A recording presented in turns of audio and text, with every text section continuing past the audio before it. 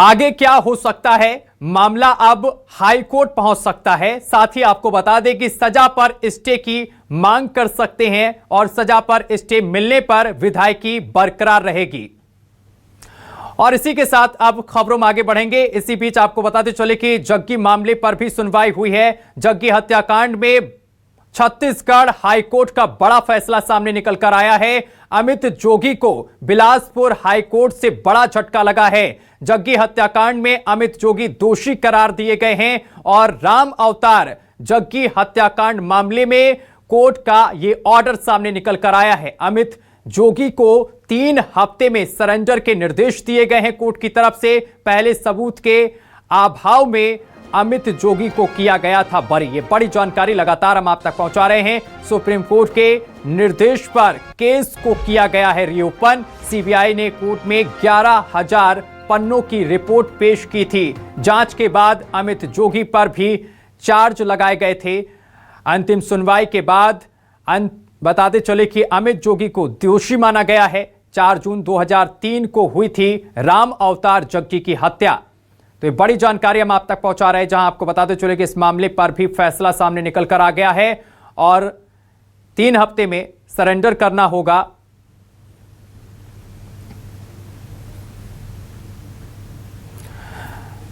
तो जग्गी हत्याकांड में छत्तीसगढ़ हाईकोर्ट का बड़ा फैसला। अमित जोगी को बिलासपुर हाईकोर्ट से बड़ा झटका लगा है। जग्गी हत्याकांड में अमित जोगी दोषी करार दिए गए हैं। राम अवतार जग्गी हत्याकांड मामले में कोर्ट का यह बड़ा ऑर्डर सामने निकल कर आया है।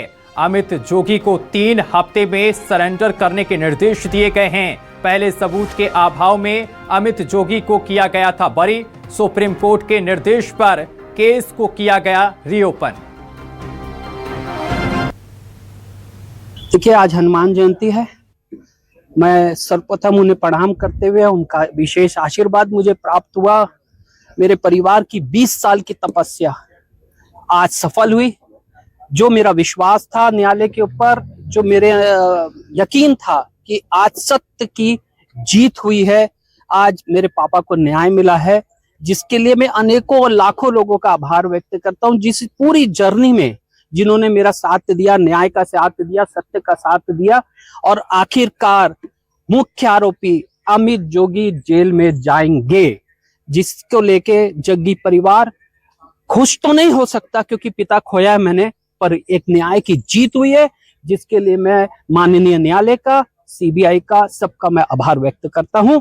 और मैं बहुत जल्दी निकलूंगा क्योंकि मेरी माँ प्रतीक्षा कर रही है, मेरे को उनसे मिलना है, बाकी मैं दूंगा।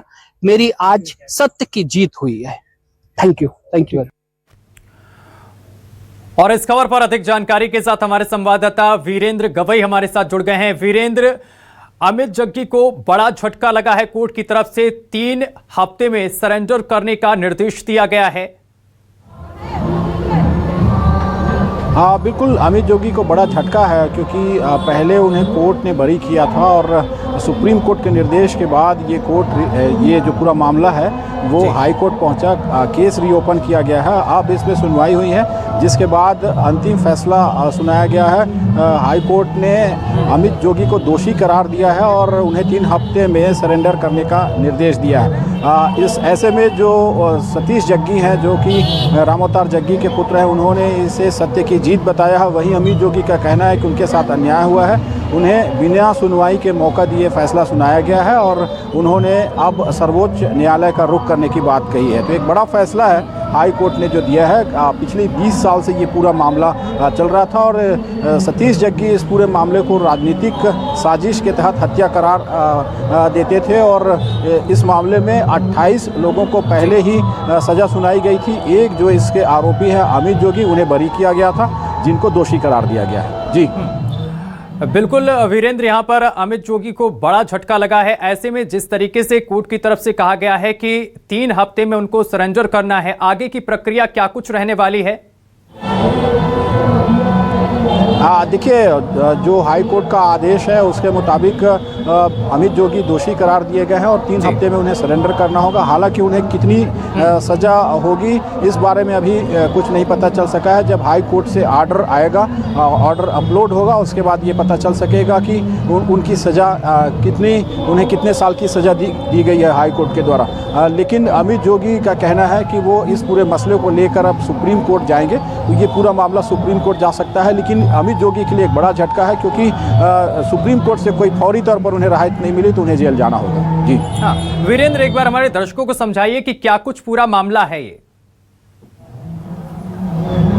देखिए, 2003 में 4 जून 2003 को जो एनसीपी के नेता हैं उनकी हत्या हुई थी और इस पूरे मामले में अमित जोगी समेत 31 लोगों को आरोपी बनाया गया था, जिसमें 2 लोग जो है वो सरकारी गवाह बन गए थे। 29 लोगों के खिलाफ चार्जशीट पेश की गई थी। इस पूरे मामले में 2007 में कोर्ट ने फैसला दिया था, जिसमें अमित जोगी को निर्दोष साबित किया गया था और ये कहा गया था उनके खिलाफ कोई सबूत नहीं है, इसलिए उन्हें बरी कर दिया गया था। इस पूरे मामले में सतीश जग्गी, जो कि राम अवतार जग्गी के पुत्र हैं, वो अपील करते रहे हैं और अमित जोगी को इस पूरे मामले का मास्टरमाइंड बताते रहे हैं और ये कहा गया था। बिल्कुल वीरेंद्र, आप इस खबर पर नजर बनाए रखिए। बहुत शुक्रिया आपका तमाम जानकारी साझा करने के लिए।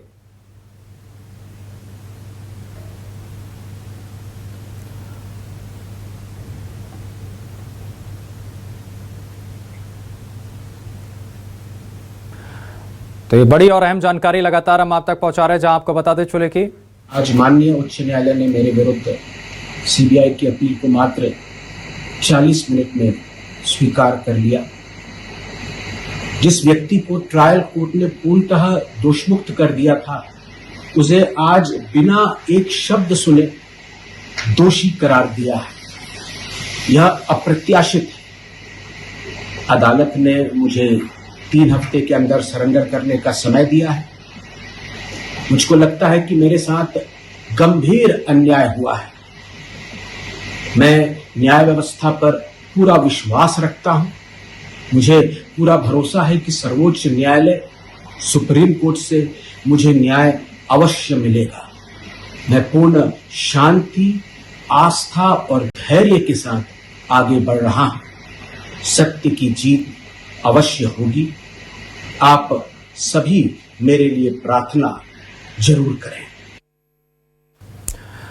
तो अमित जोगी का हाई कोर्ट के फैसले पर बयान सामने निकल कर आया है। बिना सुनवाई का मौका दिए दोषी ठहराया गया है, ये अमित जोगी की तरफ से कहा गया है। 3 हफ्ते में सरेंडर का मिला है निर्देश, ये अमित जोगी की तरफ से कहा गया है। साथ ही उन्होंने कहा है कि मेरे साथ हुआ गंभीर अन्याय और सुप्रीम कोर्ट से न्याय मिलने का जताया है भरोसा। समर्थकों से प्रार्थना और आशीर्वाद की अपील की है अमित जोगी ने।